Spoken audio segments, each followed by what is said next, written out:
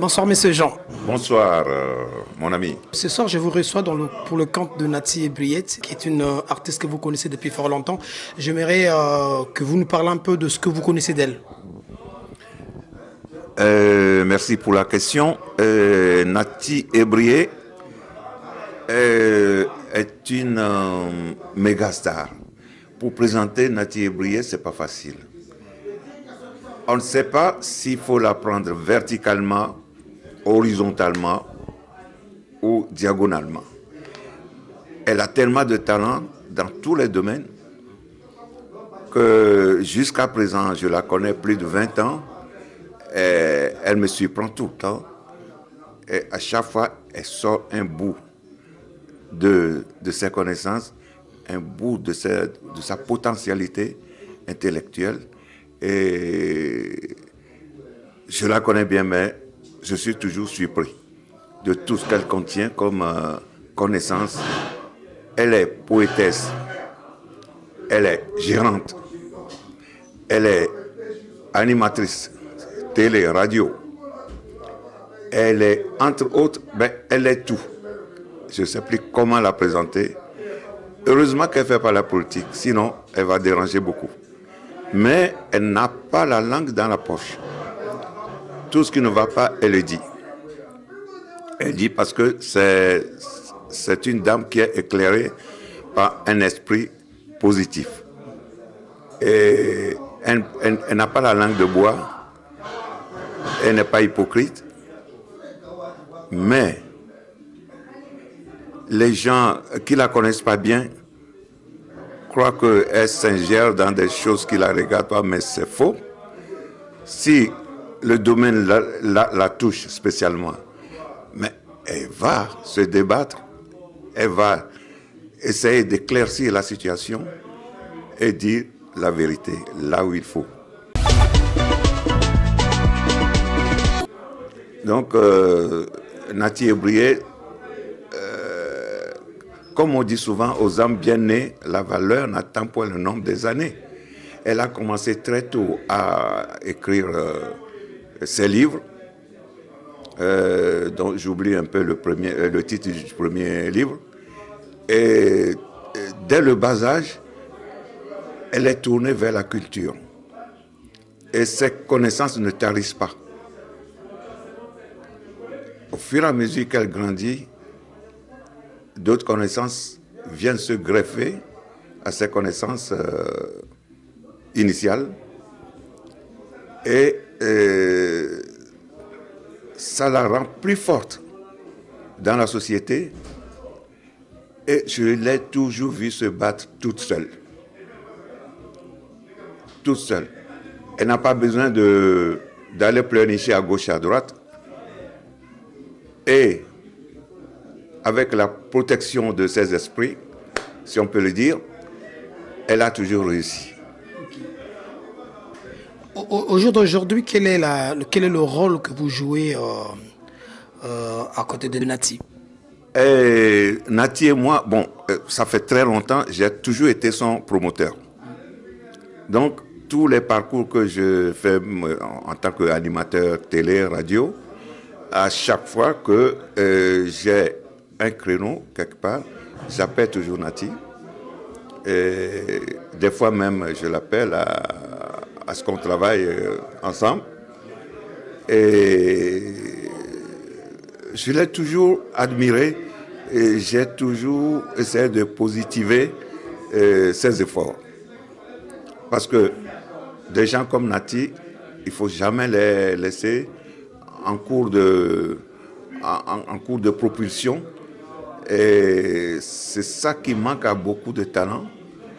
Sans encadrement, c'est des gens qui peuvent se décourager et puis s'arrêter à mi-chemin.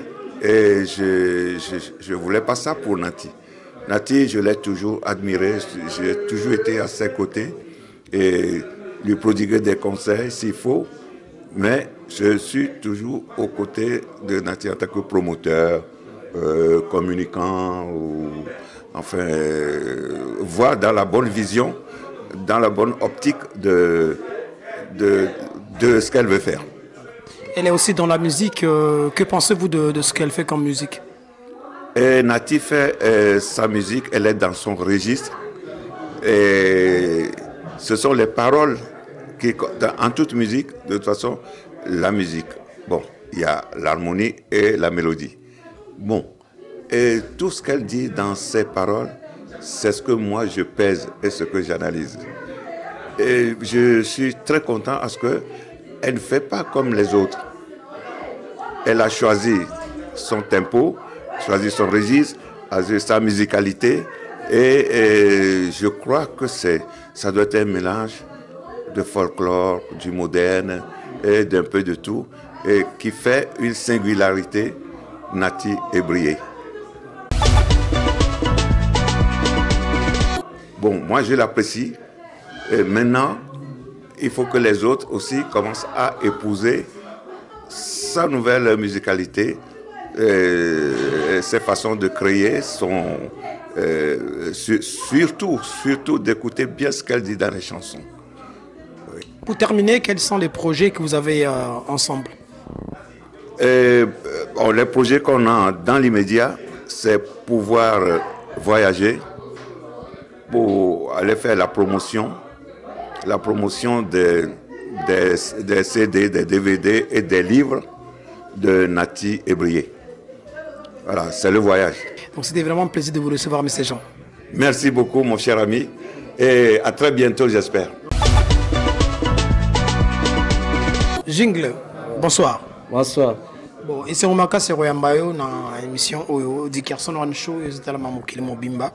Na mbio beaucoup plus pour la compte à Nati, aux musiciens à Nati. Oui, nada musicien Nati. Ce qui pas Nati, aux emba, aux obina, to musala nos amis. Bon, pas Nati, nazo yemba, nazo bina pia ensemble. Ko yemba, au banjang pas Nati, to za musala sala depuis kala. Ah, dans musala na sala depuis kala, dans na bana musala depuis kala vraiment, kala vraiment ya mingi te mais na bana on bena kata balé. Bana na balé. Pour ngana bouleta muso bana ki pa vie Pepe Kale yampanya.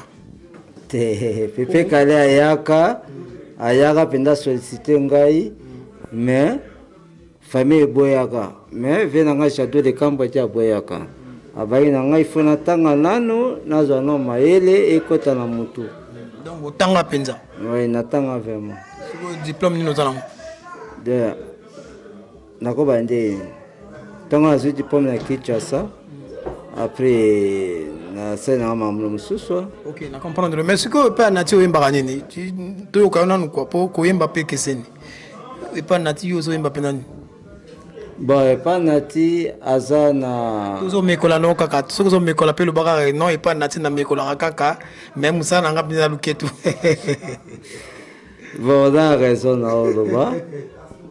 Ya zo ba kilari, ay ma kilari, na ba mboka. Il n'y a pas ça. Mais il y a 00243. Donc, tu as mis quoi là-bas? Tu as comme un arrêté même. Tu sais, ça déjà bon à Bisso. Et ça, la carte à terre. Et Bimi déjà? Ouais, troisième album, la Bisso Bimi déjà. Tourbillon. Et Bimi déjà, la carte à terre. À Kenda Pe Plaza, c'est ma solo, ma fiche Zali, ma nene Zali. Bon. On a secondé Zaboué. Na main penza il faut que takine. OK, qui c'est ça na Nati?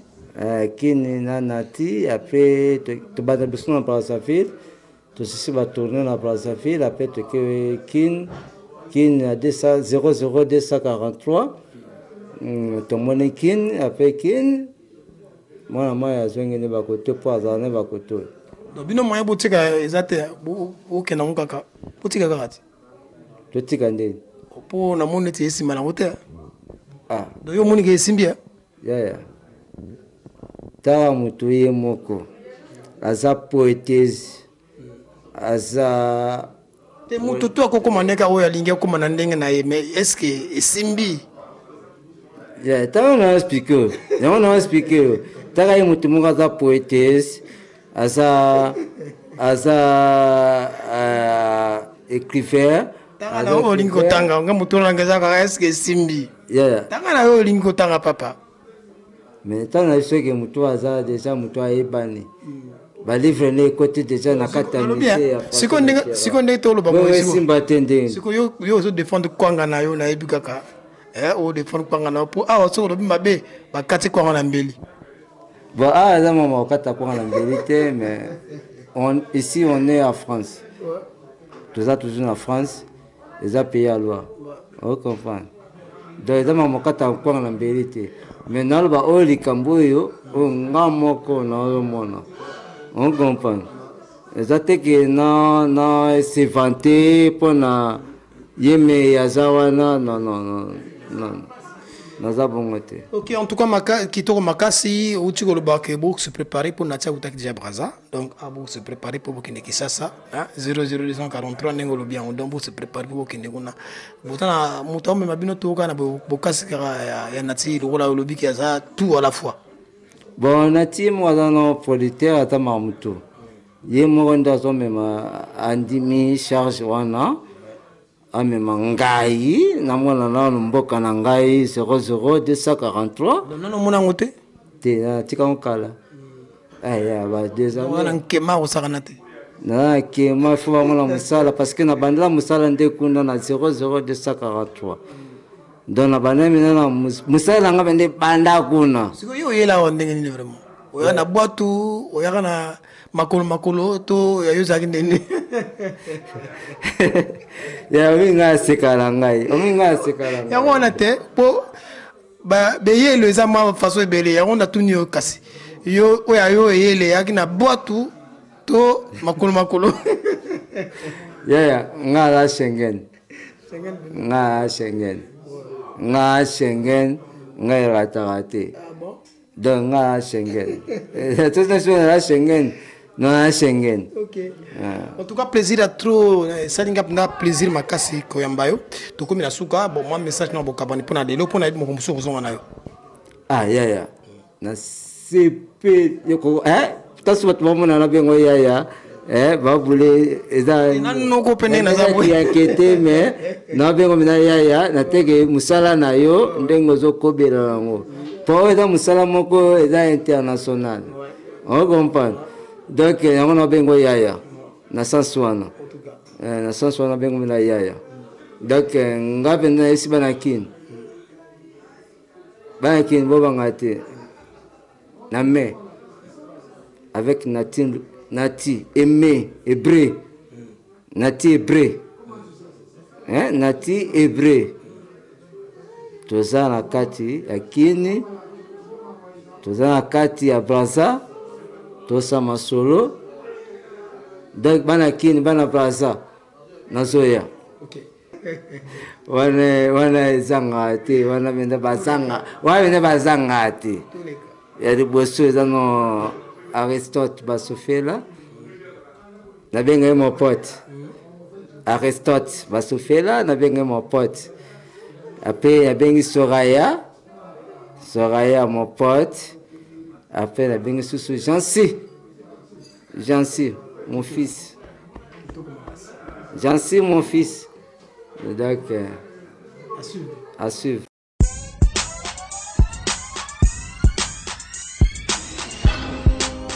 Nati, bonsoir. Bonsoir, Dickerson. Voilà, Nati, Esika Ovandi, na endroit Yokaka, veut dire la place Ovandi wana. Na yambaki yo avant Okende Braza. Olobaki nangai na Okende Braza. Tout d'abord pour la promotion ya ba makambo nangai ba banzemo nangai. Pour na également ko promouvoir pe ba livre na yo komaka. Olaka ki biso pe ketan Okende Braza boye. Il était question que okuta na ba kondi bazana charge ya culture et art. Bon mais quand un peu ko décortiquer, faut que na kotala côté unéac ezalaka nati okenda ki ozongi. En bref, est-ce que vous parlez un peu de voyage dans Brazzaville? Bon, en tout cas, je remercie la question.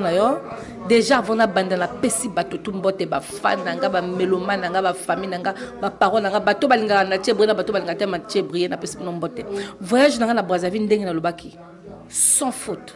positive nazo bango parce que kaka ndenge na lobaki yango na yi na Congo Brazzaville ba média tout on a kokaki parce que comment ki ba moment moko boye que ba média mususu ba contacter kenga menaki na tenter parce que na kaka na 13 jours na leki na ba média tout ya privé ya Brazzaville ba te bele pe ba moni ba image makambo l'équipe pepele kaka ndenge nga na lingaki mais na kenaki te ko mona ba tona biso ya oso ba s'occuper na makamba politique parce que nanga déjà na yaki na mona ki obstacle moko boye ndenge na lobaki nati lobaki na ngozo kende pona ma musique bata politique na kata likambo liso nini yo bandi pe soko sala politique nga na zali politique ça veut dire ministre de la culture azamoto a politicien dans le sens où on a gagné donc gaï na moni ministre de la culture té na moni ministre de la culture té parce que mission on a gagné déjà na kala ça fait 18 ans d'absence au Congo Brazzaville sur la scène congolaise c'est pas que na ya non na tia rapporté depuis 93 na kala bo mwana tant on a 18 ans d'absence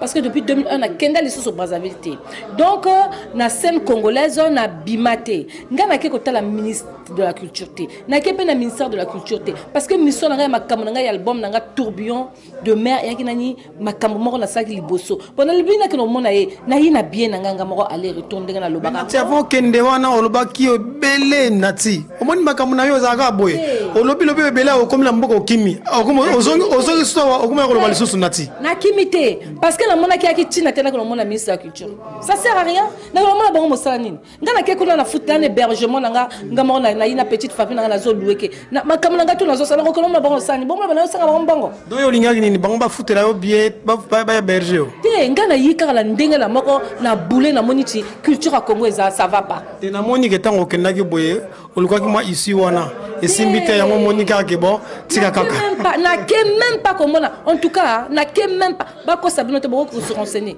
na yebi même pas côté ministère de la culture ezalaka na ke même pas ndamo tema nga ça veut dire mission nga ka ba média je me rappelle encore avant que nous avons été aux autres exemples na kisasa ba yamba yo ba héberger yo souci nous ezalaki ba héberger na Brazzaville ba foutre ko ba billet lokola ba fouti yango te ba héberger te tala siko comme na soni wana siko bomba kaka na makamba soni te parce que na se préparer que déjà hébergement na côté na ko vendre na choisir que quartier Wenzer na choisir que kuna parce que na ba famille un peu na ba côté na foutaka déjà hébergement na pour 13 jours na foutaki déjà ça veut dire na préparer ba makamba na tout ba mbongo na tout retour mais ngai na yika mais ngai na yibwe une ya ka lisusuté botala na lancer que même appel na artiste belé na baki na bango boye durant ce jour na nga boluka ko contacter nga ce que na ko produire bino parce que na moni quelque chose ça veut dire culture na Congo est koufi na le baki boye Congo ezali mboka culture nga na ke na moni ya lokola ozokenda motazo kenda quelque part là ozokenda na guerre moko boye batindika na nyota ko étudier terrain na ko étudier terrain na moni ça va pas mais na mutu na comme na yebaki ça va pas na ke sauter la ministère de la culture ça sert à quoi puisque na lobi na ministre de la culture boye ngai et ramwa ndoto mo lokola na lobaki jour na que wa lokola ministre de la culture ba quartier tout ya Brazzaville ba animation mais ngai na lobaki na ko investir na cadre culturel bato ebele anga na yiba contact na bango ezala ngai ngana zozonga Brazzaville na ba CDT na kenaka pona ko jwa bananyo ba image na ba télé mususu comme na kenaka kuna kala ça fait 18 ans bato ebele ba yebinga lisusu te ba bano ba botami mingi pe ba yebinga ba reconnaître nga ba bi misusu ba bi na tie brillette et de l'oubliette donc ekika pona na diaspora ba mi konji na biso ya ministre de la culture que ba artiste ba na diaspora il faut pas tirer ministre pas na bango mais on y bango te siko monter wana poko ça libomi mais ngala ça sert à rien que l'on a bango mais besoin salaire mo salaire moroté yo lobi que yo mo pour lobi que ngota les mettre dans la pâte pour contribuer à l'évolution de Mango. Mais tant qu'on a Congo, on sait concrètement on sait ni namboka. On dirait qu'on est à la télévision, qu'on a que ça livre nayo, qu'on a que ça musique nayo. On sait que ni pour na voilà quoi il m'a lobi. Non, c'est jour à qui court. En dehors d'abord priorité à qui na ngamoko parce que na ka kala namboka. Bato tout baby tina tchebri na tourbillon de mer. Il fallait na ngamoko na bimsa mutuch. Après, ba artiste belé quand on a lancé qui appelle, na yina ba coordonner ba artiste belé et na Pointe Nord et na Brazzaville, bazo zelanga tant on a royaka, na ba na bango na reproduire bino. Mais na reproduire bino na mboka. Nga zo préparer que terrain pour na bango. Il faut pas na yebisa ba projet na nga ba royiba nga ba projet na nga. Oh non na royiba ngo nati. Ah oui ba ko bango parce que bato mususu balaka bana ba projet na mutu te. Mais yo na problème na nani? Maintenant na problème na ne bato mo kili ba réfléchir que lisusu te bazelaka soki bota bimisa le bango pe balandi makambango. Nyona bato belé ba artiste belé amukela uzonzi na benu. Ba bantu na benu contacter munu, ina ba pesi munu ba adresse ba ou ba coordonnée ba ou. Tamuke kuzi na Brazzaville prochainement muke ko na Pointe-Noire ni na mu maison za benu ranger déjà ba CD benu ba DVD benu ni na muke salle production na bango. Ngana il faut na salle quelque chose pour na ba bana na biso wana ba leki na biso wana bandeke na biso bandeko na biso na pardon. Ngana ko l'hôtel sous ministère de la culture ça sert plus à rien. Puis ça n'a été ali moto à culture. Bon ngai ya mboka nanga motolu nanga na lobaka ngo ya la Congo Brazzaville. So ngana ni na investir sur quelque chose que so na ministre de la culture pour faire quoi? Nazo kana même yo le motolo ko so ko lingo ko tia quelque chose na Congo Brazzaville. O ko tuna bango pourquoi? O yo fo ko mo eloko na mo manda ko na mo bato bebi tente la zo sala. O ko tuna bango personne. Bon ba le bato yo lukambango. Mais impact moi la salle qu'on a aïe aïe touché bateau tout ah nous on frappe ah to frapper que fort moto sur ça le bateau on sait l'impact ni nati na leki na ba télé tout ce qu'on se permettre na cité na leki na Direm TV na Direm TV na télé wana ya Direm TV na sali partenariat ça veut dire tous les jeudis dimanche émission à Natie le Karakuna na leki na Top TV na leki na MNTV na leki na Télé Congo na leki na émission ebele ngana uti ko leka donc bato tout ba monyango et puis ba émission mususu nazako na ça veut dire ba conférence de presse ba nini biso to reporter kango parce que toi qui musika ya ki moke mais awanga na kozonga parce que ba journaliste belé ba ko lukanga kutu na Pointe Noire ceux qui wapi et tout voilà. OK. Alors donc tout le bac au disque na yo penda et bimi déjà ezana zando donc tant okenda ki okenda ko bimisa ngona mboka donc ce que mutu toute façon bango na mikidao te nanga awa et c'est bimi mais ngai na kenaki na Brazzaville pona ko joba image na ba chaîne mususu pona ko ça veut dire ko enrichir coffret na ngai osomona donc c'est bimi nango mais ba coffret la ucho joa na kata na Brazzaville ba ko tango na kata ba DVD na ngai pona tango na ko zonga na mois ya mai juin mais non et bimi. Donc c'était ça mon but et puis na ngaki bato oba na Brazzaville kuna ba yebati ngai naza koyaka d'exister quelque part. Alors donc on a un moto le bac voyage non les qui toko ma moto qu'on a ko sala au saliango donc pas jouer tout photo balusango. Mais voilà au moins ndenge yambi promoteur nanga yawa promoteur nanga monsieur Aouiton ou abanda ko landa déjà nati depuis Paris na yebisa na bato ke azali ki promoteur ya feu abeti masikini la kala na ba monsieur Dika alala na Bosani Kombo donc bo dupe artiste nanga yoyo Jingele na parler pe na ye parce que tu travailles ensemble donc tu allez équipe donc ngama kamna kenako sa na Brazzaville et l'équipe pepele nzamba fongoli nzela moto mususu te biso kaka polele lokola na lobi bona lekabo pona bato ba tina Brazzaville kuna bo chatemba te bokota ba télé lokola ba GMTV ba Top TV ba MNTV ba Télé Congo ba biso mususu kutu na uti ko annuler ngo pona ton yaki moke donc ngala ko yaka la ko frapper lisusu fort na ko frapper fort nyola bible makamanga na ko sala na kanisi sous ça sert à rien parler que sur le ministre de la culture parce que na ko mokela maintenant na nyona cadre na ngama ko lokola na ko parler comme lokola na ko sala publicité donc ça sert à rien na parler sous na salle lokola dans le silence na simbi ba média na salle makambo nanga soki na ko sala boye na zongi c'est ça le problème maintenant ya na tiebre. OK donc bateau oyo ko produire baza déjà ba kokito bat musu ba ko sala ba ça la demande na bango. Bon voilà ngala lo la bateau comme nali artiste pluridimensionnel nalingi ka ko aider bateau na bina bateau nalingi aider bino mais na reproduire bino ngata mto na ko bino promotion ezaka ka chance na baki be la 3 groupes groupe moko ya chanson religieuse groupe moko ya danse traditionnelle et groupe moko ya musique tout donc il faut vous préparer déjà ba maquette na bino tant ngana ko yaka na ko yokango maintenant na ko kamata bino na ko pia bino ba producteur oyo ça veut dire ba maison de disque oyo ba produire que ba sali bino tant ba ça va céder na bino ba ko kabala bino par exemple 10 après bo teki yango soko bo balolango bo reproduire yango bo salinga na kuna te ya kaka na cha bino pousse naza ko sa tourna mbongo na bino te na ko teka pe ba céder na bino te ngaka na aider kaka bino moko bo juba papu na bino bo ke parce que ngamo na zali artiste donc ni wana nga kita ba bango la pesa bango ka chance wana. OK donc au bangi te na ke suki la bino lokola na l'autre là bon ngai bon est-ce que là ça veut dire ba artiste toi ndenge bango ba koleka bango ba yana ba maquette na ngati ngai soki na sali bango pour la nina lobi ça na Congo et ça na Congo parce que maison na ko sala bango ango tango ba akosilisa akopesa bango ango ngana kozala kuna te mais soki esila de toute façon to ko signer ba papier soki esila na silente boaki na moto ta ko produire bino baki planter enga na yika kapona ko tchabino coup de pouce moto azala ka te pe akozala pété donc na yika pour na vraie boule na moni ozaka na volonté mais est-ce que la route toujours mabe na belle mukasha bozoka ndeni na belle mukasha on dirait la moni on a raison na yo on a raison mais na li très très prudent nazaka ko aider bato ngala bino ko debino la musique boko kanisa te ngala la producteur na bino